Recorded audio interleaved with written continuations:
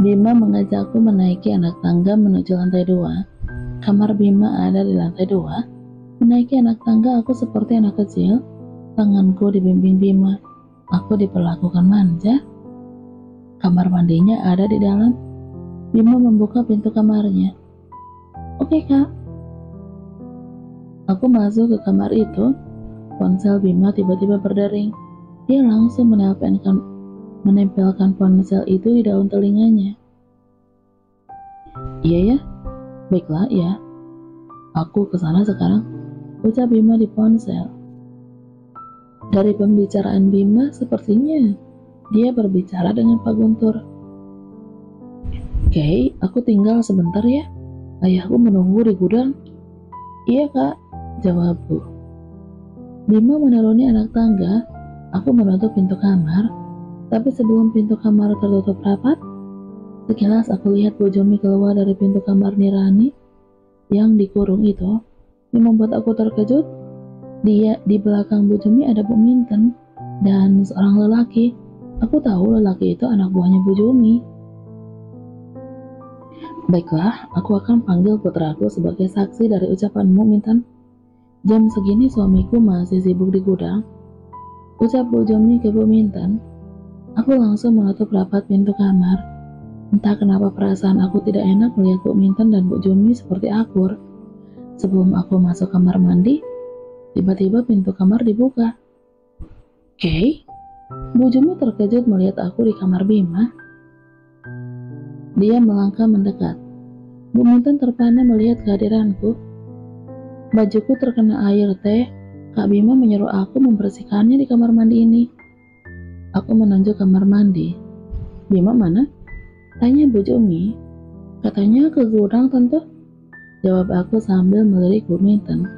Baiklah, aku keluar dulu. Biar aku ke gudang aja. Bu Jomi ingin melangkah ke pintu. Tunggu. Bu Minten menghentikan langkah Bu Jomi. Ada apa, Minten? Bu Jomi menatap Bu Minten. Aku ingin sekarang juga bebaskan aku dan putriku. Mana uang yang kamu janjikan, Bu Jomi? Pinta Bu Minten. Sepertinya aku dalam masalah besar. Bu Minten terus menatapku. Dari cara bicaranya, dia mau memberitahu Bu Jomi sesuatu. Entah kenapa aku punya firasat. Apa yang ingin disampaikannya berkaitan denganku. Tentu, tapi setelah kamu tepati janji, ayo bicara di gudang. Bu Jomi melanjutkan langkahnya. Tunggu. Lagi-lagi Bu Minten menghentikan langkah Bu Jomi. Dia sama sekali tidak beranjak dan tetap menatapku. Ada apa lagi, Minten? Tanya Bu Jomi.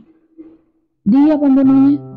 Bu Minten menunjuk ke arah aku. Bu Jomi dan anak buahnya terkejut mendengar ucapan Bu Minten. Aku terdiam. Rasanya aku tidak percaya kalau Bu Minten melakukan ini. Padahal aku udah berusaha menyelamatkan putrinya dari kurungan berbulan-bulan yang dilakukan Jaka.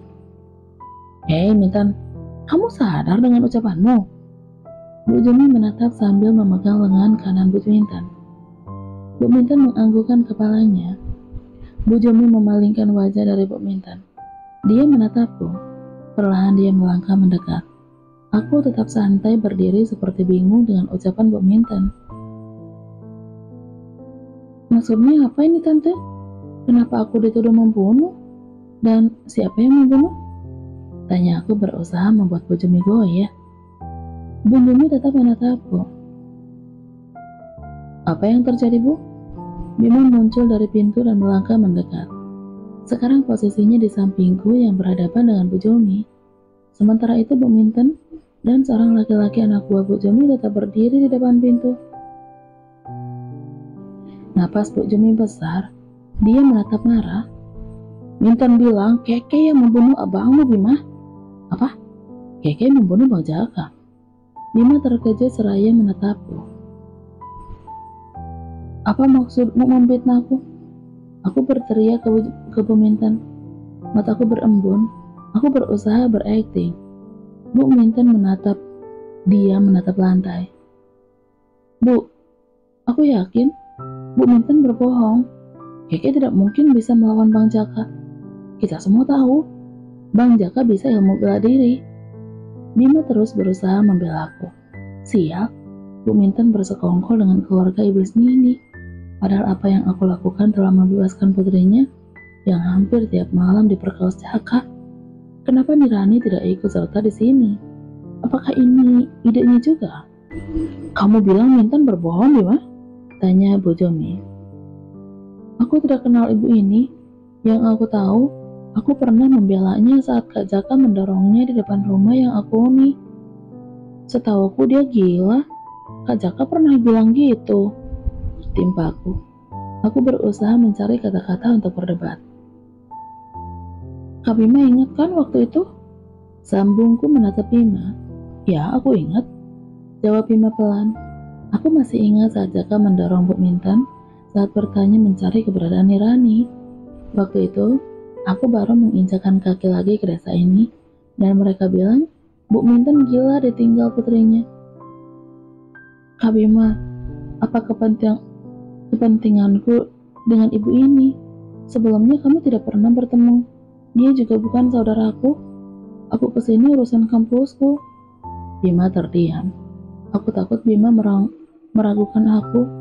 Kejadian di tepi sungai pasti jadi pertimbangannya. Gawat kalau ketahuan sekarang. Balas dendamku ke Pak Guntur belum terbalaskan. Aku harus cari cara.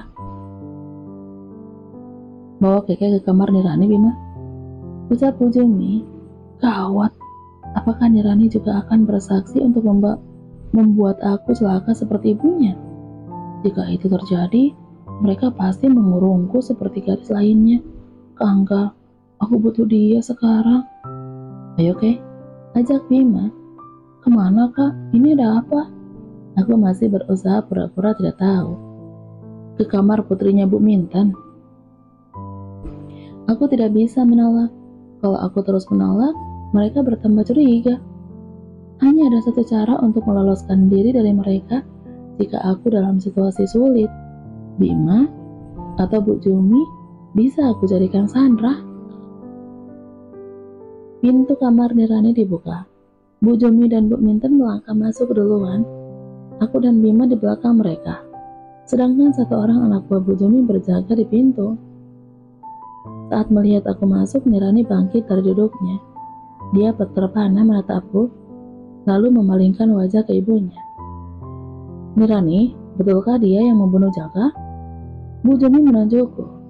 Aku memasukkan tangan ke saku baju. Aku udah siap-siap ingin mengeluarkan pisau. Bu Jomi sasaran empuk dijadikan Sandra, karena aku yakin dia tidak bisa ilmu bela diri. Nirani melangkah mendekati ibunya. Ibu, apa yang ibu lakukan? Siapa gadis ini? Tanya Nirani sambil menunjukku.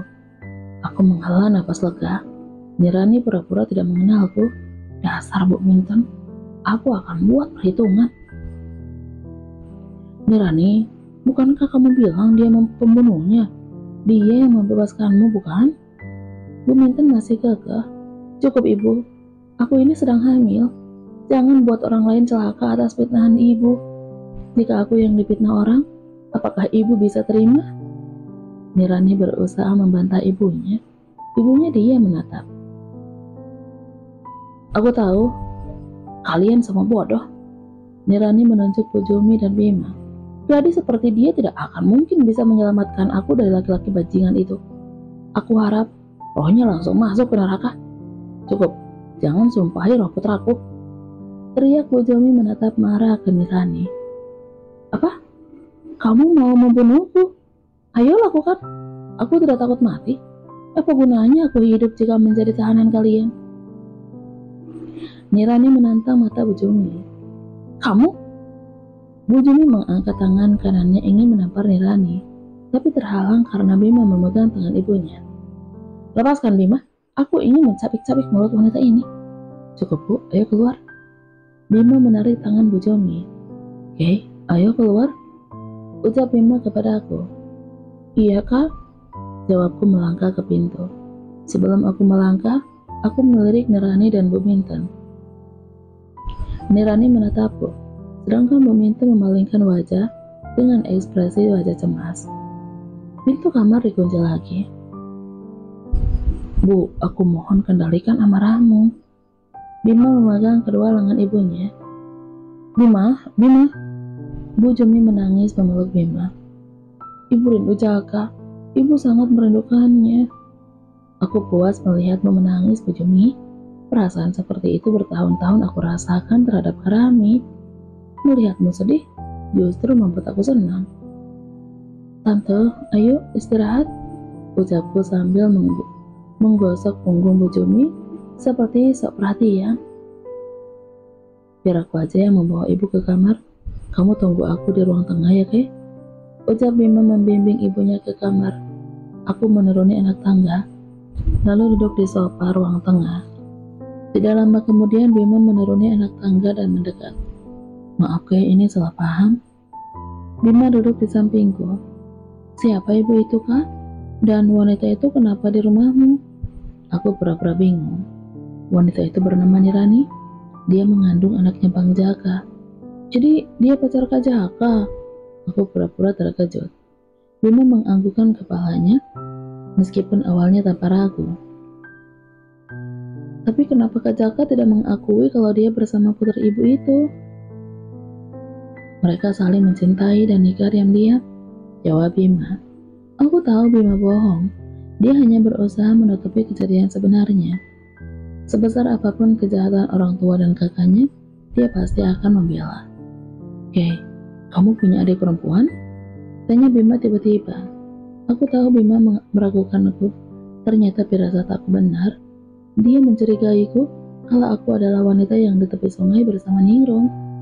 Tidak, aku hanya berdua bersaudara dengan Kak Angga. Emangnya kenapa, Kak?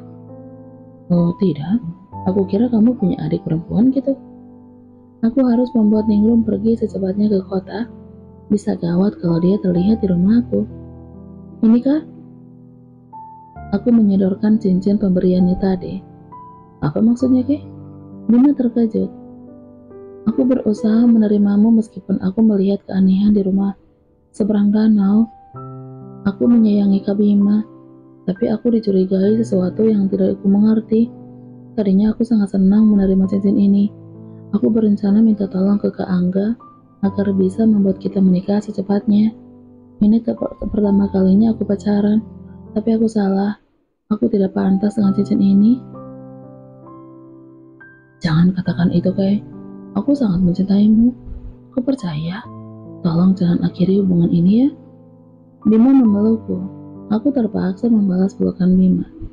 Kapan kita bisa menikah, Kak? Bima melepaskan pelukan seraya menatapku. Kamu udah siap, Kay? Aku menganggukkan kepala sambil tersenyum meskipun meneteskan air mata buaya. Aku akan bilang orang tuaku segera melamarmu. Bima menyeka air mataku. Tolong jangan sedih, aku janji akan membahagiakanmu. Aku terpaksa menerima lamaran Bima. Mungkin inilah saatnya aku mencari celah membalaskan dendamku. Sebelum malam pertama kami, aku pastikan Bu Jumi dan Pak Guntur mati. Dengan menjadi menantu mereka sesaat, mungkin dendam ini akan tersalurkan. Apakah kamu menerima lamaran Bima? Kak Angga terkejut saat aku menceritakan kejadian di rumah Bima. Aku terpojok dengan ucapan Bu Minten, dan Bima juga seperti curiga kalau akulah wanita di tepi sungai yang hampir ditangkapnya. Aku juga bingung harus berbuat apa. Jika aku menikah dengan Bima, aku lebih mudah masuk dan membalaskan dendam, Kak, jawabku. Tapi ini udah kelewatan. Tidak mungkin untuk membalaskan dendam harus mengorbankanmu, Kay. Tolong jangan beritahu ayahku. Dengan uang ini kita bisa bayar seseorang untuk menyamar sebagai ayah, Kak. Hanya ini jalan satu-satunya. Menjadi menantu sekaligus pencabut nyawa Guntur. Kak Angga terdiam. Aku tahu dia kurang setuju dengan ideku. Aku yakin setelah menikah dengan Bima, aku lebih mudah keluar masuk rumah itu. Aku belum bisa putuskan sekarang. Sebaiknya kamu masuk dan tidur. Besok kita lanjutkan. Kak Angga bangkit dari duduknya, lalu melangkah masuk ke kamar. Apa yang dilakukan Nirani masih teringat olehku. Dia tampak berbeda, berani meskipun dalam kondisi hamil. Aku sangat kasihan melihatnya. Jika aku berhasil membunuh Guntur, dia akan aku bebaskan. Begitu juga dengan gadis-gadis lainnya.